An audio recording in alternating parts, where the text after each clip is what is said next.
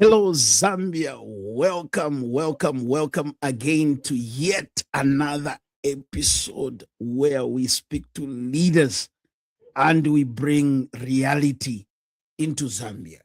Yes, the 13th of August is getting very close to us.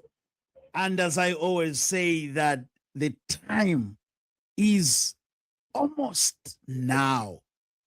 Ladies and gentlemen, we are remaining with basically just about 6 months before Zambia decides. And unomwa, kuvota. Whether to kuvota. Because we, the Zambian people, based on the constitution that we have given ourselves, we have said every 5 years, we must go to the ballot. So therefore, we are voting for councillors, we are voting for mayors, we are voting for MPs, we are voting for president. We have seen that Zambia from 1964 has been changing parties, or governments have changed, republics have changed. We had the UNIP, and I had the UNIP president the other day on this site, Bishop Mwamba, Trevor Mwamba, the UNIP president. He was telling us what UNIP is thinking. And we have been meeting many other leaders from the political fraternity, from the ruling, from the opposition. We bring them here, and right here, we ask them questions on your behalf as the Zambian people.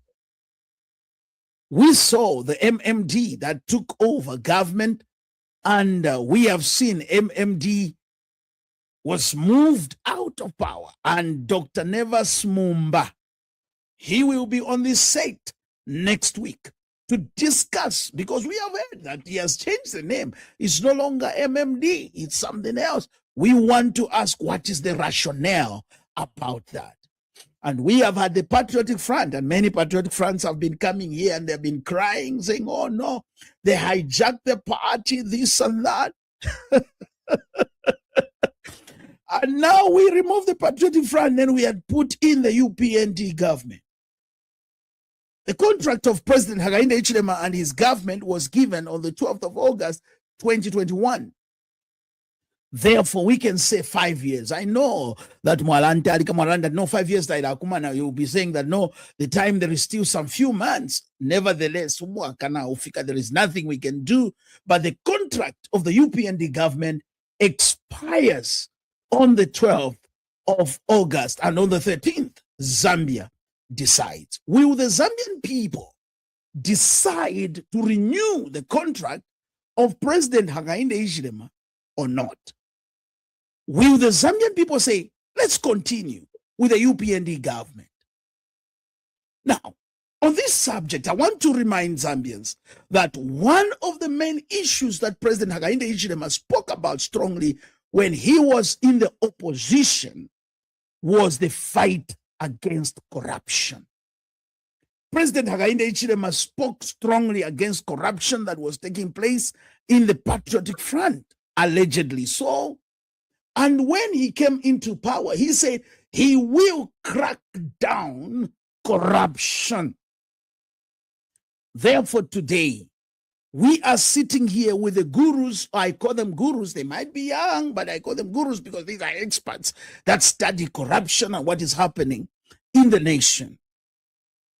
I have a young lady who's coming today, a Zambian, who's going to be with me right here and joining me on this seat to speak to us how the last 5 years of HH and the UPND government looks like in the fight against corruption.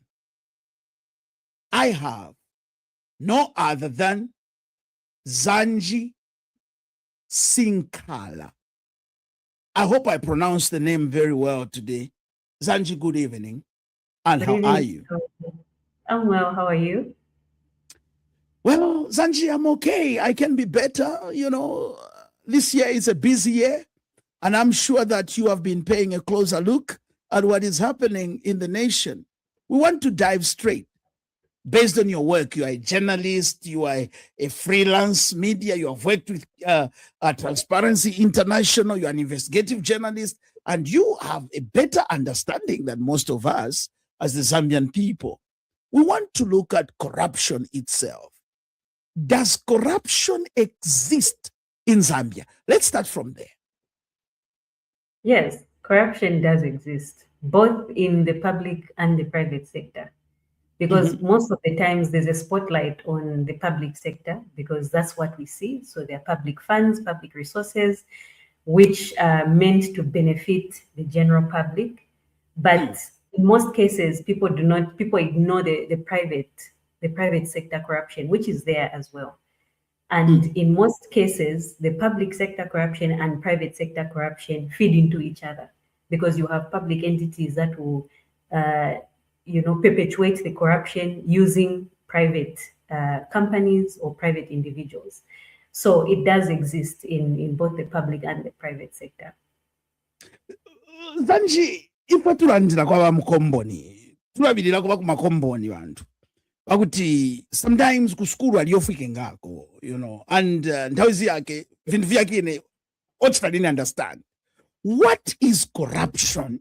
Corruption ni chinyama chotyani kanzi corruption, because Zambians, let's not take it for granted that everybody understands the terminologies that you who are the privileged to go to school understand. Now, people like us, my grade 4, we want to know what is, in a simple term, we want you to break it down. What is corruption? Then we can take it deeper after that. Yeah. So in very simple terms, I would say corruption is the abuse of, authority for private gain. So abusing public authority for private gain. You are in a certain position, you have certain privileges, maybe given to you, bestowed on you, and you decide to use that to your personal advantage to enrich yourself. So that is corruption. So in our societies, can you give us, how do you think corruption in Zambia has been affecting the nation? First, let's first look at it generally. Can you highlight a few areas where you feel these are the areas where we need to look at, and so that people can understand? It will be very important that way.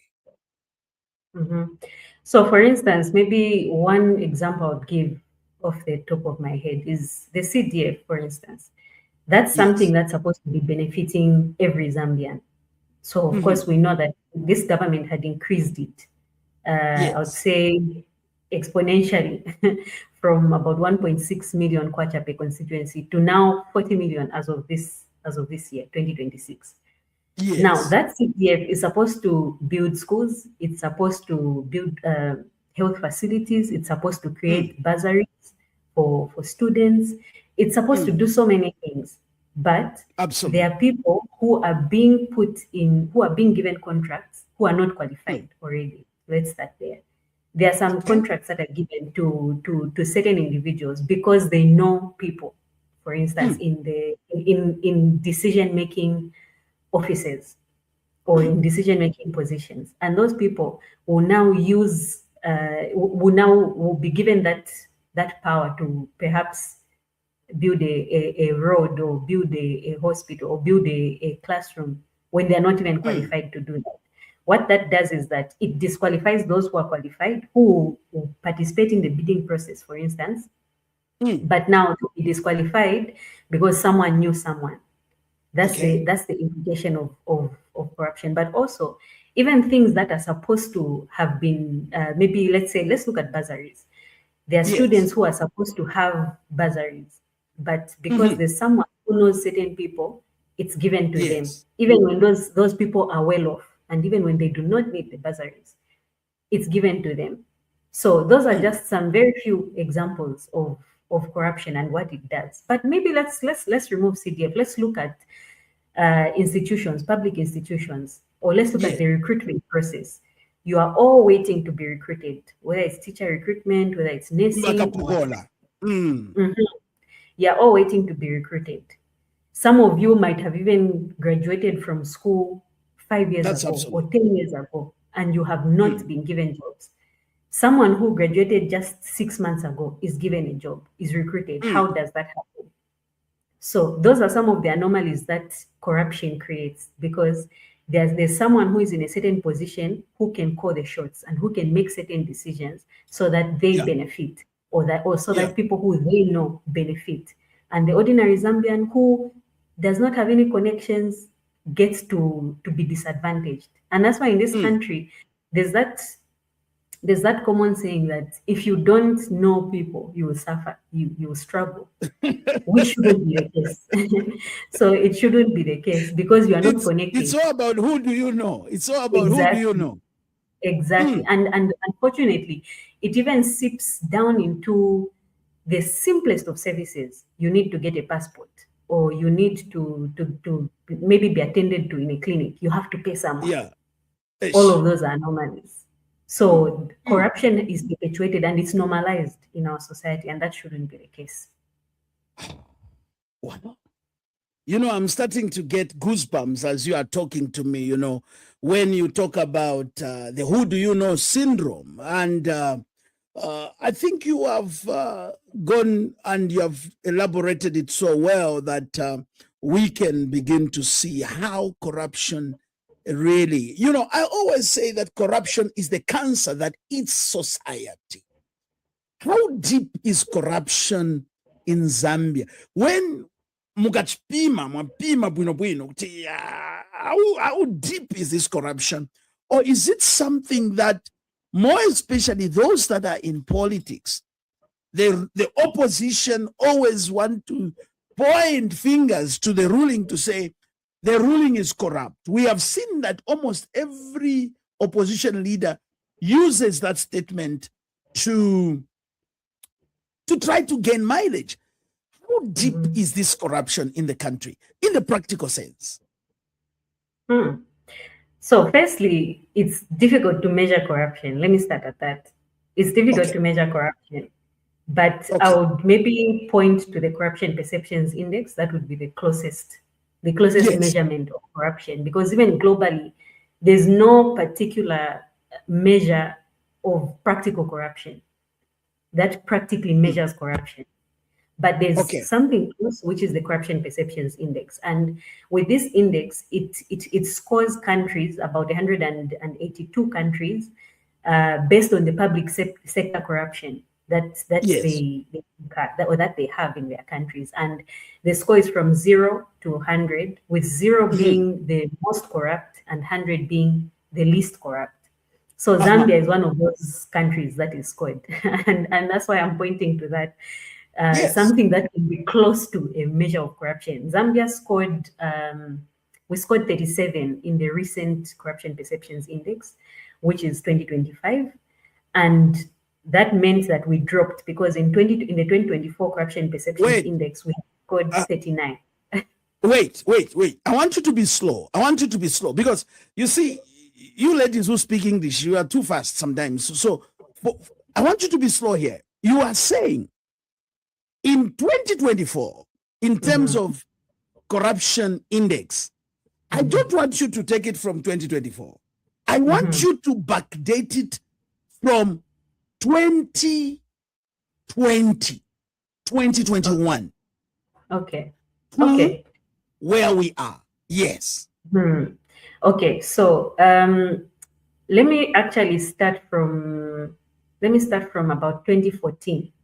So in 2014, with the Corruption Perceptions Index, we were at, it should have been either 31, but maybe to be, so from 2014, 2015, 2016, 2017, we started reducing in our score. Okay. And then, of course, by the time we reached 2020, we were now stagnant. So 2020, the 2020 Corruption Perceptions Index was stagnant. It was at 33. 2021, it was still 33. 2022, we now began to increase. So in 2022, we increased to 37 from 33. And that was a significant increase. And mind you, that was the first increase that we had from in about 10 years. That So was let's the first. let's break it down like this. I want you to break it down like this. When you say we dropped, it means corruption yaliwera punish. Increased. When you say we increased, I want people to understand. Yes. Yes. It's quite a technical topic, but let me try to break it down Yes. and explain it in very simple terms. So the way it is called is that 0 is the most corrupt. So if you have countries that are maybe that have a score of maybe 9 or 10, like this Somalia. Do you have some countries that you can give an example on that one? Yes. So the list, I think the list scorers were Venezuela, which had about 10, if I'm not mistaken, and Somalia had 9. So those were the last on the table of the Corruption Perceptions Index. That meant that they were most corrupt. Whereas the least corrupt, which is, towards 100, was Denmark. Denmark scored the highest. It was 89. Wow. So you're able to see that the higher your score is, the explanation that you are fighting corruption better. So yes, so corruption is reducing, quote unquote, the higher your score is. You see? Yes. So now with Zambia, when we look at 2020, 2021, we had a score of 33. We're stagnant. In 2022, and mind you, now UPND comes into power. In 2022, yes, 2022, UPND has taken over now. Yes, UPND is in power. So the Corruption Perceptions Index increased, our score increased to 37. So that meant we're doing better. That the translation was that we're doing better in fighting corruption. That is in 2022. Yes, it increased to, that was the 2022 CPI, it increased to 37. The 2023 CPI, it increased to 39. So that was another improvement in the fight against corruption. But in 2024. 2024, yes. Yes, actually, I beg your pardon. 2022 was stagnant, 2023, 37, 2024, 39, 2025, we've reduced to 37. So we've gone down by 2 points. That's where things are right now. So right now, we have dropped in the fight against corruption. Yes. So according to the Corruption Perceptions Index, we have dropped in terms of our fight. So instead of improving, we have declined by 2 points. So in other words, in other words, sometimes we need to put things the way they are. It simply means when it goes down, it simply means there is malpractices that are going on. What are the factors that you think may have caused to the drop of this fight against corruption? So the biggest factor is the fact that we are heading towards an election. That is the biggest factor. And there's a high possibility of funds moving from public institutions to a political party.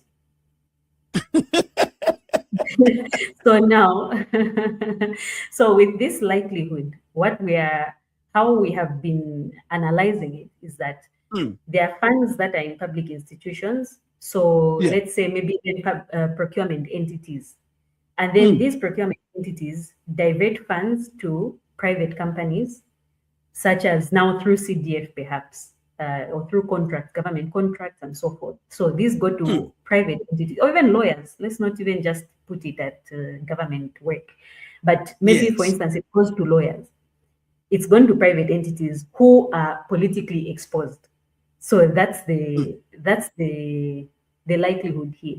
So it would go to private entities who are politically exposed, and these private entities will now pump money back into the political party because now they've been enriched. So now they are benefiting more. Now they have certain money, now they are at a certain advantage. They're able to pump money back into the political party that they're affiliated with. So there's that part, but there's also the likelihood of public institutions, or let me say public programs, vulnerable public programs like the CDF, CEEC loans, FISIP, and so forth, being given to political supporters, again, politically exposed persons. So people who are Yes. affiliated to a certain party.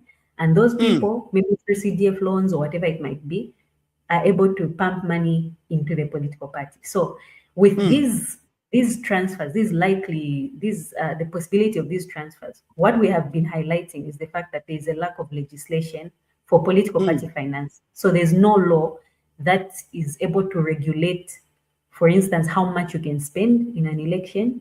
There's no law as things are. There's no law that also compels political candidates to disclose where they get their money from. And the danger of that is, if you can't disclose, if we don't know where you have gotten your money from, you can come into power, or you can have a certain position, and the people who funded you, the people who gave you the money, you have to now pay them back somehow.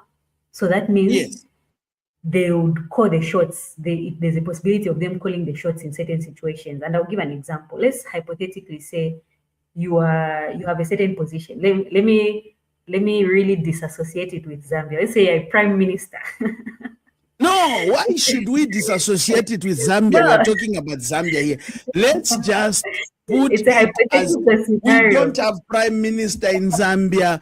Zambia tulenda pochalo chesu. We don't have another country we can talk about. The only country we can talk about here is our Zambia. own country. So let's stick to the country. Go for it. Let's look at a hypothetical scenario. Let's say you have a high position, the highest position in the country. Let's say a president. And there are certain organizations or certain companies, even let's say private companies, that had funded you. Maybe these are oil companies or whatever it might be, people with a lot of money. And these people funded your campaigns, they funded the pre-adoption, adoption, all those processes of your political party and your candidates.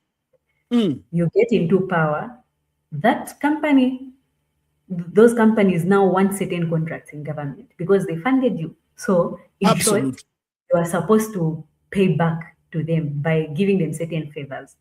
And that whole process is called state capture, because now the state has been captured by a particular individual or a particular company. And this happened in South Africa with the Gupta family. That's one example, a prime example of that. That has happened before in Africa. So we try to avoid these situations, and that's why we have been calling for legislation, a law to be able to regulate how much you can spend, because even when there's no regulation on how much you can spend, you find a certain person who will spend even 4.8 million, just an example. In fact, let's look at actual figures. In the 2021 general elections, the average that an MP spent was about 3.8 million kwacha. Correct. According to a study by Transparency International Zambia, which we did. 3.8 million kwacha. That was on average how much an MP spent in all the processes of the election. So pre-adoption, adoption, the campaign period. Campaign, number 10 kwacha kufolesha kwa abantu and the rest. Yes. So 3.8 million, which is a lot. And on average, the male candidates spent about 4 million kwacha and the female candidates about 2.8 million kwacha. But now that's a lot of money. So if you don't have a regulation on how much someone can spend, someone can even spend 6 million in the pre-adoption process, which is the nurturing of the constituency, where you want to build a stadium for the constituency, you want to do all sorts of things before elections, even that period before elections.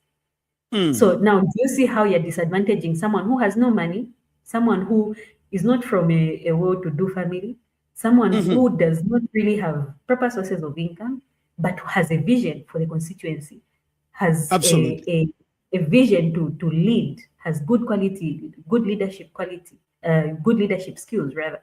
You're disadvantaging that person, him or her.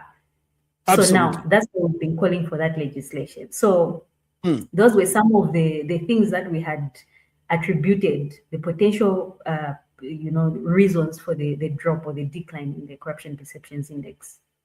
Okay. Well, that is a very serious matter that you have raised, but I want to now us to look at, as we are looking at this, because look, we have to prepare the Zambian people. The Zambian people need to be informed. Like somebody said, if there is somebody who's, they said if there is a corruption, if there is somebody who's practicing corruption, there must be a corruptee and a corrupter, something like that. Somebody uses that language. So here is my issues. 5 years of President Hakainde Hichilema. You have seen the going up and down. It is in the 5 years of President Hakainde Hichilema where we found that there was a truck of medicines packed somewhere, which you know the stories.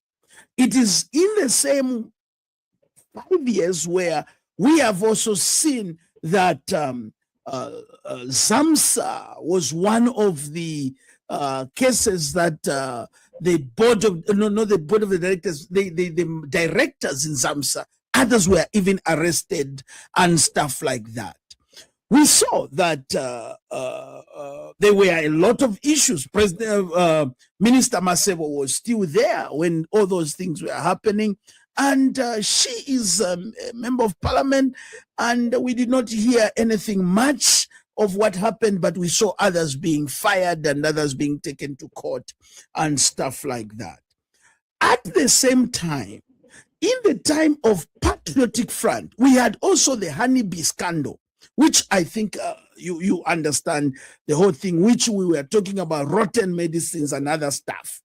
Now, is the government of President Hakainde Hichilema fighting seriously corruption within itself? The reason why I'm starting with within, I know that we will say President Hakainde Hichilema is fighting corruption based on the those who were in power, the monies they stole, recoveries of assets, and stuff like that. Yes, that is good. But I'm asking this question. In his own government, do you think President Hakainde Hichilema fought corruption tooth and nail among his ministers, among his MPs, among his councillors, among his chairmen? Okay, good question. Yes. So, what I'm going to say is, I think it has been a situation where if you have been exposed, that's when something happens to you. So that's when there are repercussions. Whereas if people don't know the corruption that you have done, then you remain shielded. And that's my opinion based on what we have been seeing. I'll give some examples. In 2024, the Anti-Corruption Commission had held a press briefing. And in that press briefing, they mentioned that there were current serving ministers or public officials that I remember the presser. I remember the presser very well. Yes, that were embroiled in corruption cases. And they mentioned that they were investigating them. Now, 2 years later, that was 2024, we still do not know who those ministers are. We do not know who those public officials are. We do not even know what the status of those investigations is. Because even at that point, we had condemned it. So we mentioned and we said, why aren't you revealing the names of these people? And the explanation from the Corruption Commission was that it was going to compromise investigation. So you don't normally reveal names because that can compromise the investigations. That's what they mentioned. And what we had mentioned was the flip side is the same exact thing. Even when you mention, even when you don't mention the names, you can compromise your own investigations. Why? Because now people will find sophisticated ways of hiding evidence or doing whatever, and because people don't know, the general public, just the ordinary Zambian like me, would not know that you're being investigated. There's no way I can make sure you are held accountable because I don't know who you are. So in short, the investigation is hidden. All of that is obscure. It's the whole process is hidden, and as a result, we can't hold the government accountable for not following up with your investigation or for not ensuring that justice prevails. So there was a problem there. Even when we So had mentioned that. in other that's words, still- you are saying there was a cover-up there. I would say so. I would say there were people who were shielded. That's the only explanation. Because they should have at least given us an update. Let's hypothetically say all of them were, after the investigations, all of them were found to be innocent. Why weren't we given an update? And Zanji, just on that point, the debate is very serious there, because the Anti-Corruption Commission announced that there were some ministers serving. Mhm. They were not talking about those in the previous government, if I recall. Yes. But just after that, or it was just maybe before that or just after that, we saw the government, okay, disbanded the board of the Anti-Corruption Commission. Mhm. So, and we also saw that there was a time that the Anti-Corruption Commission did not have the DG for some time. The acting DG, who was Mrs. Mwansa, who was there at that time, later on she had to be removed, the one who announced that. So Mhm. my question is, did the UPND government fight current corruption within? From your studies and your research, when you look at this case, what do you think? I think there's been selective justice. That's what I think. And that's my personal opinion. I think there's been selective justice. And that particular case, that particular issue of those ministers not being reviewed, of those public officials not being reviewed, or no status on the investigations is what points me to that. I would have maybe gone with the wind and said, oh, yeah, I think they are fighting corruption. But for me personally, the fact that there was no revelation on who was being investigated and there was no update that was given to us, that already was pointing towards selective justice for me. If they had handled things differently in that particular situation, then would have said, okay, they are trying here, they're investigating certain things, there are people who are being implicated, who have faced the consequences of some of their actions. But the fact that there has been nothing, there's no way you can tell me that there's no public official right now, no public official within UPND is not engaging in corruption. I do not believe that. Not because I'm pessimistic. So not because I'm being pessimistic, no. But that's now where investigative journalists come in. That's where the media comes in. That's where even CSOs come in. That's where even civil society comes in. People who are not part of government, they are not state actors and so forth. They are not law enforcement, but they have a civic duty to, reveal or expose injustice. That's where they come in. And there have been some reports on some people. I think, if I remember well, the Minister of Livestock, yes, Livestock and Fisheries. Yes, there was a case that I think some journalists had reviewed about misappropriation of, or let me say, abuse of authority in terms of CDF. There were allegations, and I'll emphasize these allegations. There were allegations that I think his company, he was ensuring that CDF was going to his company or so forth. So a company that he's a shareholder of, him and his wife, if I'm not mistaken. Yeah. That's just one example. So there's no way you can tell me that there's no one who is engaged in wrong behavior. But one thing that I'll mention is what the president has emphasized and what he has reiterated time and again is that if you are engaged in corruption, you're on your own.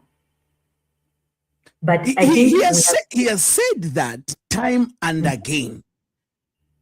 Yes. But have we seen the action of demonstrating that somebody?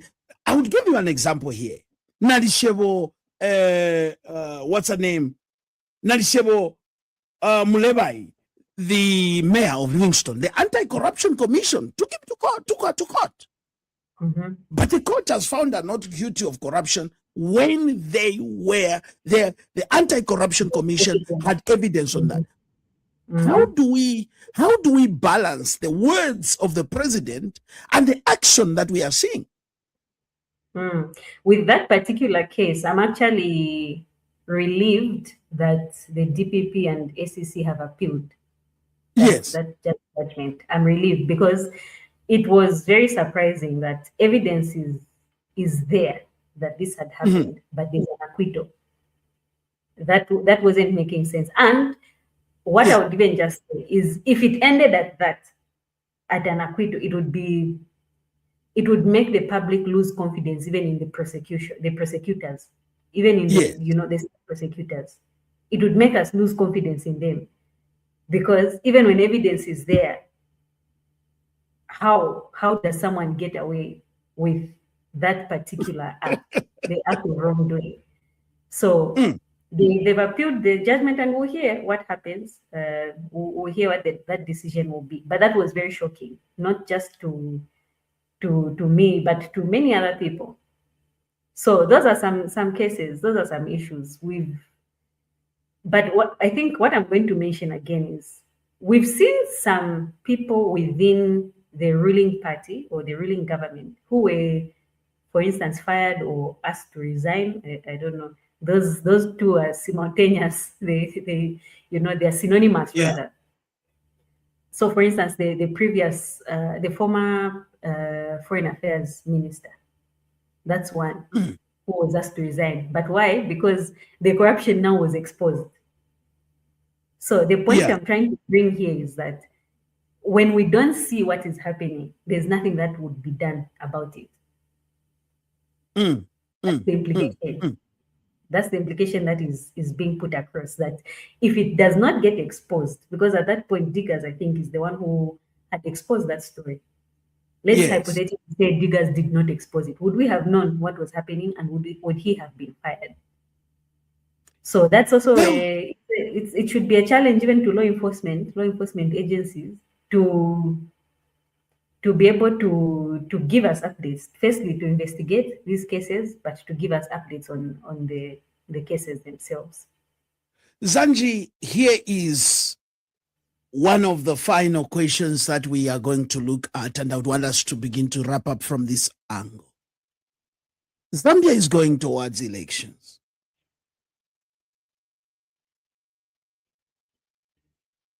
Members of the public out there, when they see a GX or when they see a 4x4 in the streets, they have started shouting Tuliemu. They are shouting already Tuliemu, expecting money to come in. How do we make sure that the Zambians vote for leaders and not just these politicians who goes out there throwing money, dishing out money, vote buying, and so on? All that is part of corruption. How do we make sure that Zambia is in the right trajectory in the fight against corruption? So now that we're in an election year, I think this is something that people need to be very cautious of. It's easy to be moved by material things. So it's easy to be moved by money, handouts, certain donations, and so forth. It's easy to be moved by them. But people should be able to focus on what this leader can do. So what are they? And of course, this goes to all parties. Let me say all political parties, people ruling, opposition, and so forth. What is this leader going to bring? What are they going to do, which will be different? Looking at the issues that we are going through, or some of the problems that we're experiencing, how is this leader going to solve them? What are the promises that they are bringing? But also, even what's their past experience? Is there something that we can measure and say, okay, this one has a good track record in terms of leadership?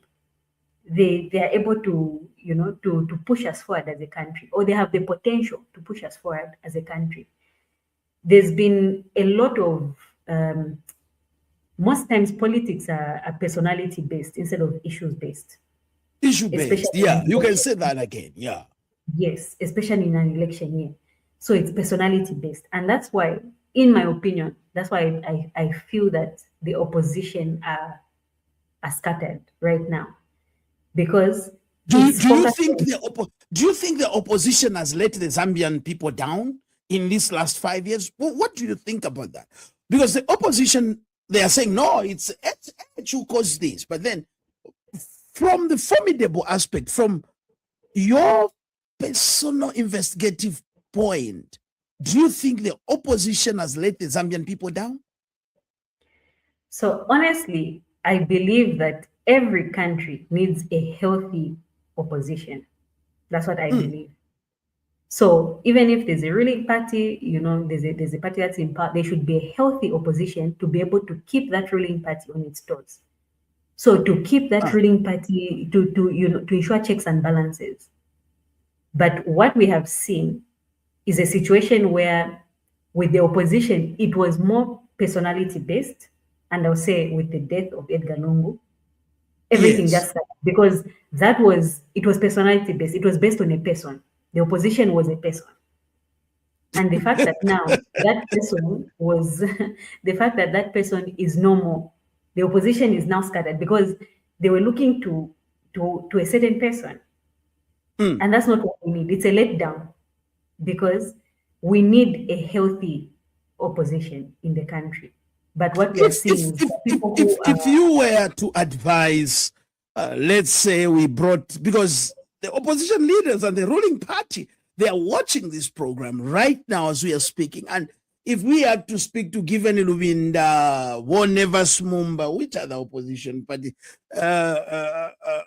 UNIP and Harikala and them, if you were to speak to them, they are seated in one room. And here is a lady who has spent years in investigative journalism, years in trying to gather facts. And you are not speaking on behalf of a political party or anybody. Here we don't speak on behalf of anyone. We speak for the Zambian people. What would you say to these leaders? Let's start with the opposition, and then we will end with those that are in power. But if you are to speak to the opposition, now, before you say something, here are the factors that the opposition has said.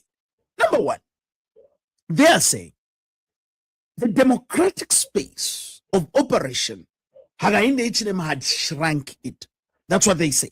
Okay, that's what they say. And we cannot argue with that because that's what they say. The second part, they also say the case of the Patriotic Front, for example, where you know that there was a Maus Sampasaga and Chavinga is now on paper the leader of the Patriotic Front, and Chavinga has declared that he is in an alliance with the UPND, and the UPND has not refused him. I've never heard a day that anybody from the UPND denounced Chavinga to say you are on your own. No. Chavinga has said he is in a opposition and is in partnership, or he is in an alliance with the ruling.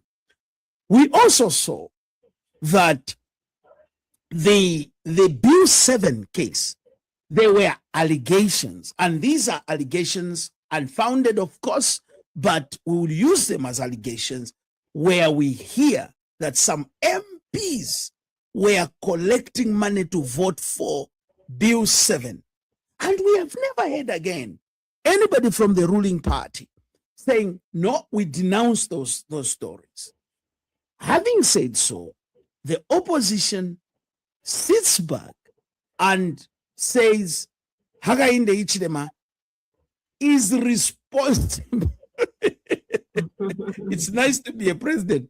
They say he is responsible of the disorganization and making to scatter the opposition. So now here they are in one room. They are listening to you. What would you say to them?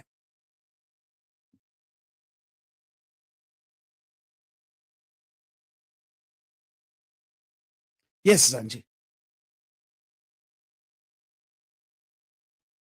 I hope you can hear me, Zanji.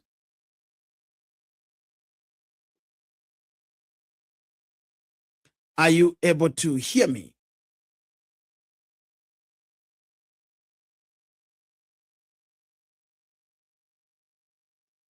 Well, it seems Zanji is on mute on the other side.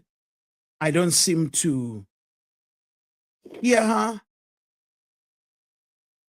Let me wait for her to come back as we continue with the program. Yeah, what I would say to the opposition is to remain united. That's something that I think they have struggled with even the past few years. They've struggled to remain united because there's a fixation on being the leader, so being the one who's ruling, whether it's an alliance and so forth. There's that fixation on who gets to be the one seen as the leader, I would say. But if they have a united mentality of just uniting, whatever may happen, whatever might be happening in the democratic space and so forth, if they just have that mentality of remaining united, sticking to the goal, having their eye on the ball, they'll be able to succeed. And I'll give an example. Let's look at the UPND. The UPND were in opposition for quite a long time. Yeah. And even when there was shrinking democratic space, even when there was political violence, all through those instances, they were so resolved on a particular outcome until they succeeded. So it's a matter of the opposition not losing sight, because there's been a lot of there are a lot of instances where they get distracted, whether it's within whether it's having certain clashes within their alliances, or amongst themselves as opposition, their ambitions, clashing of ambitions. A lot of that has been happening, but also I would say even potentially being bought. Let's use allegations. The allegations of that, even as you mentioned with the Bill 7 issue, the allegations that some were bought. That's not you can't rule that out. That's also another possibility. So if they're resolved to stick to the goal, if they're resolved to have a certain outcome, regardless of what is happening, if they're resolved to remain united, they can succeed. But as things are, they are not united. So for instance, and I'll give another example. In one by-election, there are people who have teamed up and they're working together. In another by-election, someone has come out, a certain political party has come out, So we got to see that with Chawama, with Kasama, we've gotten to see those instances. Let them be united and let them look at it as a collective goal. So not who is the leader here, not who is the president of this alliance and whatnot, but what can we achieve together? I think that is missing, and it's unfortunate because we want an opposition, a strong opposition. I want a strong opposition, and I'll be very clear in saying that I am someone who wants a strong opposition, but I'm not seeing that as things are. And I'm going to say I am non-partisan here. I'm looking at it from a democratic lens. It is not healthy to have a country which has no opposition or a very weak opposition. It is not healthy at all. And of course, maybe... Yeah, well, Zanji, as time is not on our side, I wanted you to speak to the matters. Let's say Zambians decide to renew the contract on the 13th of August for President Hakainde. We have seen the matters you have raised, very serious matters, I have to admit, but the in a better way. What are some of the things that you think you need to speak straight? If you were given that opportunity to sit in that office with President HH as he's going towards the elections, what is it that you can look straight into his eyes and say, Mr. President, can you look into 1, 2, 3, so that the Zambian people, they know that you mean what you say. What are those matters, more especially as we look at the corruption index and the corruption watch?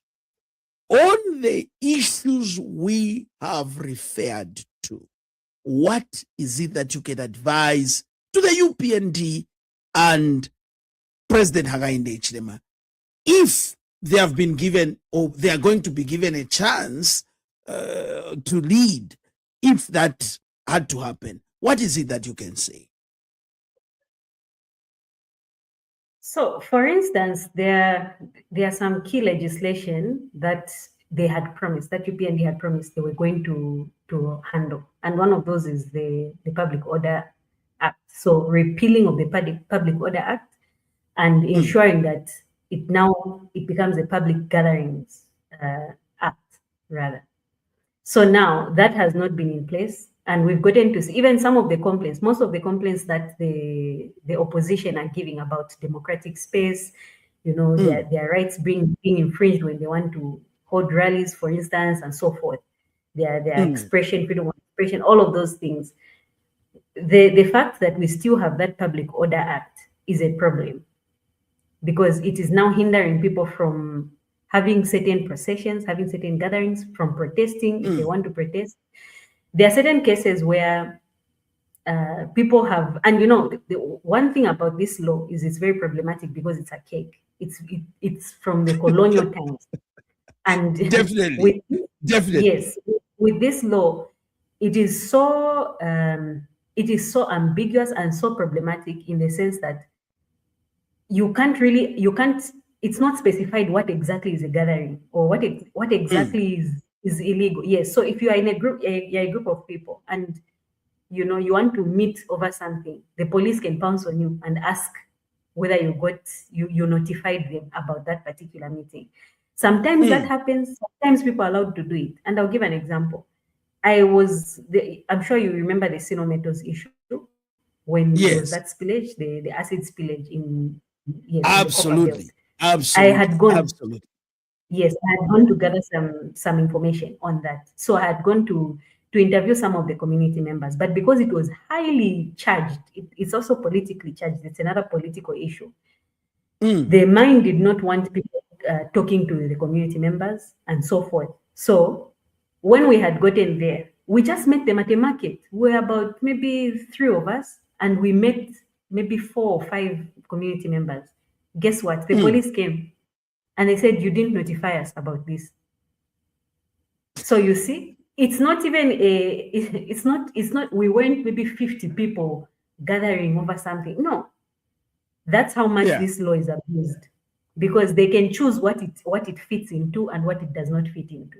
But also even this same thing of a notification, because you're supposed to notify the police in 7 days, within 7 days. It's more of permission rather than a notification.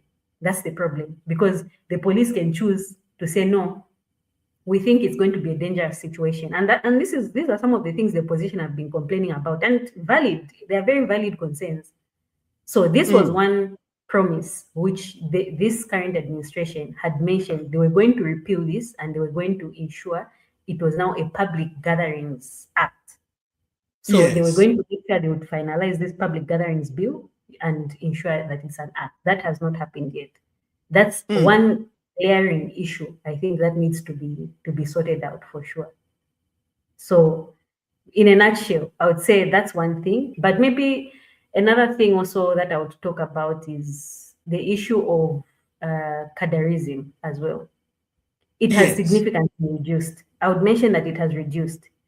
Compared to the previous regime, the cadreism has drastically reduced, but there are still some instances. There was a case of cadres in Kulimata who were UPND, and these are UPND cadres. UPND cadres in Kulimata are still demanding fees from the bus drivers, from the vendors. And the UPND leaders, they know that in Kulimatawa things are happening like that.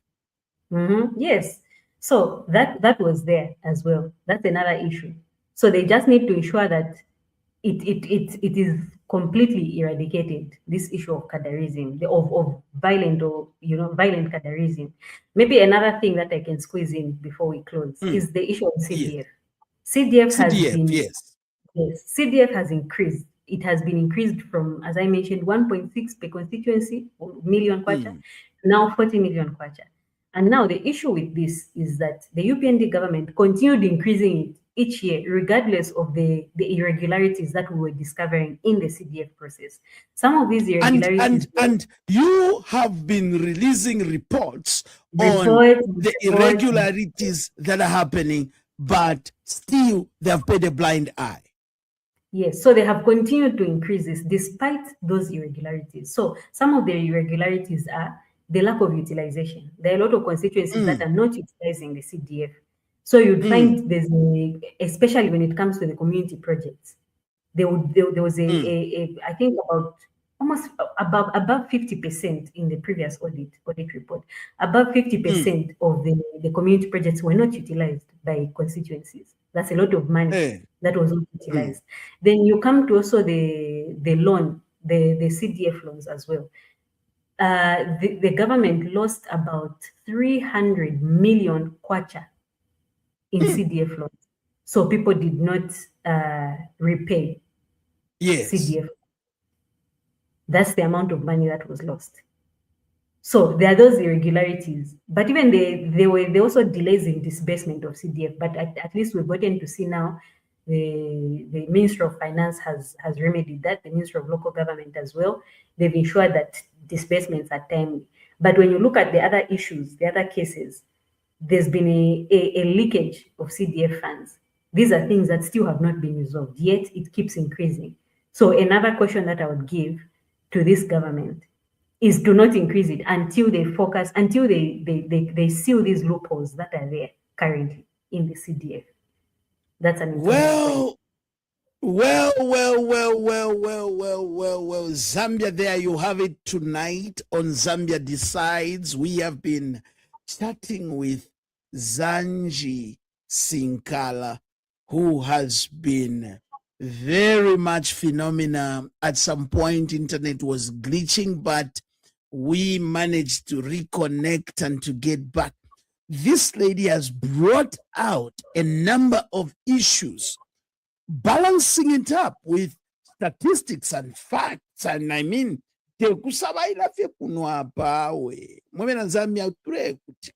sometimes it's important when we have people that are spending days and time to see to it that the nation is governed well.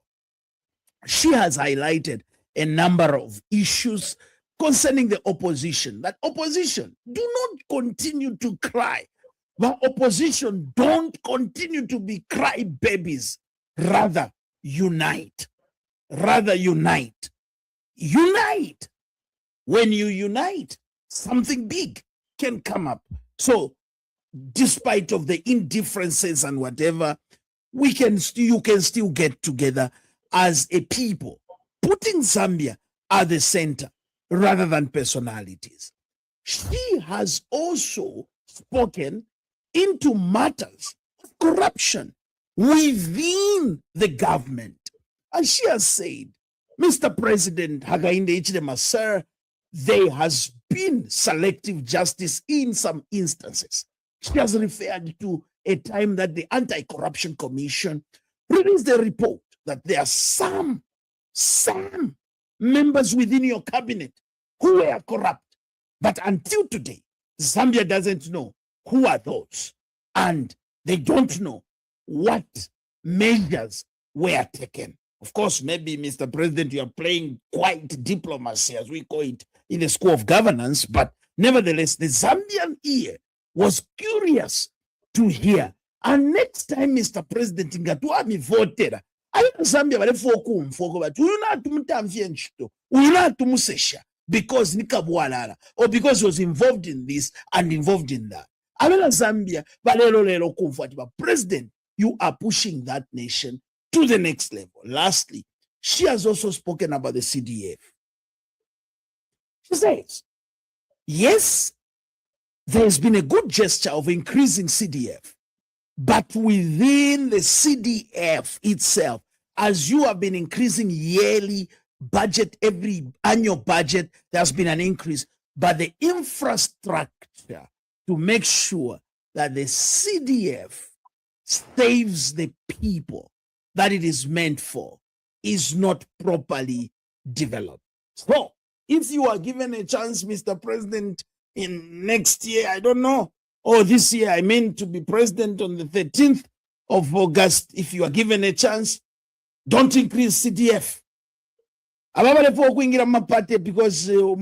increase CDF. Don't increase CDF. And when you don't increase CDF, let us build the infrastructure that will make sure that corruption is tightened and corruption is fought. Before I say my good night, Zanji, your last word to Zambia. One thing that I'll mention, because this is an election year, I'm going to emphasize we shouldn't hold back from holding our leaders accountable. So just because you are criticizing doesn't make you an enemy of the government. It doesn't make you an enemy of the political party. It just means you're passionate about your country and you want to see change. So as people, let's ensure we're holding our leaders accountable, even after the elections, to ensure that the promises that they had, they are fulfilling or they are implementing. So being critical or being able to constructively criticize does not make you an enemy. Hold your leaders accountable. Well, thank you very much, Zambia. There you have it.